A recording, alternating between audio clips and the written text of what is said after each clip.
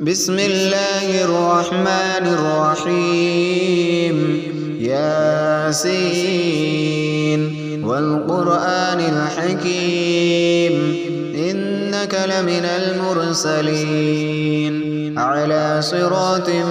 مستقيم تنزيل العزيز الرحيم لتنذر قوما ما أنذر آباؤهم فهم غافلون لقد حق القول على أكثرهم فهم لا يؤمنون إنا جعلنا في أعناقهم أغلالا فهي إلى الأذقان فهم مقمحون وجعلنا من بين أيديهم سدا ومن خلفهم سدا فأغشيناهم فهم لا يبصرون وسواء عليهم أأنذرتهم أم لم تنذرهم لا يؤمنون إنما تنذر من اتبع الذكر وخشي الرحمن بالغيب فبشره بمغفرة وأجر كريم إنا نحن نحيي الموتى ونكتب ما قدموا وآثارهم وكل شيء أحصيناه في إمام مبين واضرب لهم مثلا أصحاب القرية إذ جاءها المرسلون إذ أرسلنا إليهم اثنين فكذبوهما فعززنا بثالث فقالوا إنا إليكم مرسلون قالوا ما أنتم إلا بشر مثلنا وما أنزل الرحمن من شيء إن أنتم إلا تكذبون قالوا ربنا يعلم إنا إليكم لمرسلون وما علينا إلا البلاغ المبين قالوا إنا تطيرنا بكم لئن لم تنتهوا لنرجمنكم وليمسنكم منا عذاب عليم قالوا طائركم معكم فإن ذكرتم بل أنتم قوم مسرفون وجاء من أقصى المدينة رجل يسعى قال يا قوم اتبعوا المرسلين اتبعوا من لا يسألكم أجرا وهم مهتدون وما لي لا أعبد الذي فطرني وإليه ترجعون أأتخذ من دونه آلهة إن يردني الرحمن بضر لا تغن عني شفاعتهم شيئا ولا ينقذون إني إذا لفي ضلال مبين إني آمنت بربكم فاسمعون قيل ادخل الجنة قال يا ليت قومي يعلمون بما غفر لي ربي وجعلني من المكرمين وما أنزلنا على قومه من بعده من جند من السماء وما كنا منزلين إن كانت إلا صيحة واحدة فإذا هم خامدون يا حسرة على العباد ما يأتيهم من رسول إلا كانوا به يستهزئون ألم يروا كم أهلكنا قبلهم من القرون أنهم إليهم لا يرجعون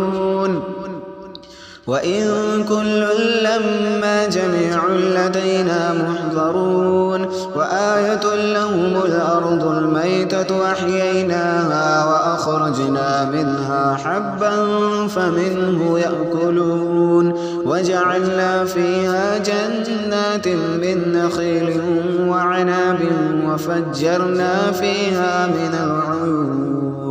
ليأكلوا من ثمره وما عملته أيديهم أفلا يشكرون سبحان الذي خلق الأزواج كلها مما تنبت الأرض ومن أنفسهم ومما لا يعلمون وآية لهم الليل نسلخ منه النهار فإذا هم مظلمون والشمس تجري لمستقر لها ذلك تقدير العزيز العليم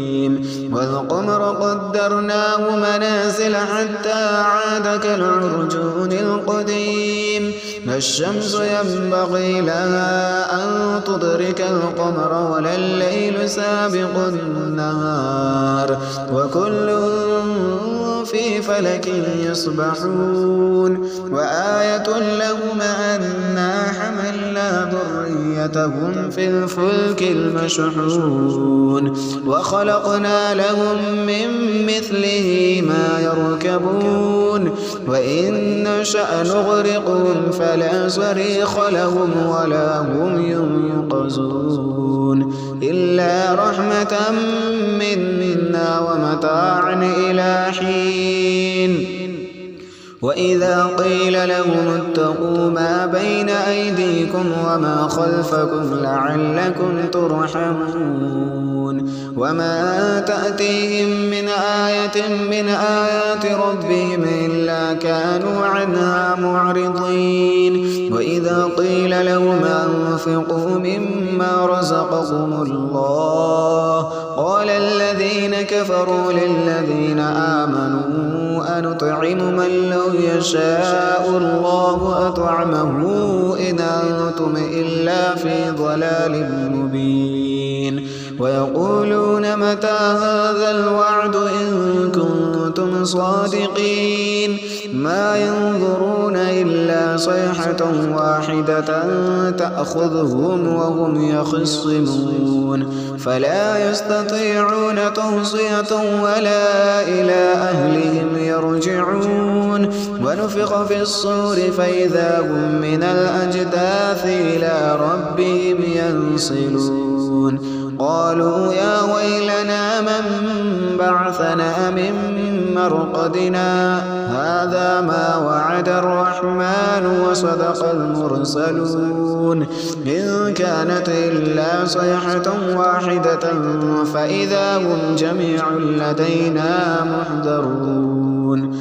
فاليوم لا تظلم نفس شيئا ولا تجزون إلا ما كنتم تعملون إن أصحاب الجنة اليوم في شغل فاكهون هم وأزواجهم في ظلال على الأرائك متكئون لهم فيها فاكهة ولهم ما يدعون سلام قولا من رب رحيم وامتازوا اليوم أيها المجرمون ألم أعهد إليكم يا بني آدم ألا تعبدوا الشيطان إنه لكم عدو مبين وأن اعبدوني هذا صراط مستقيم ولقد أضل منكم جبلا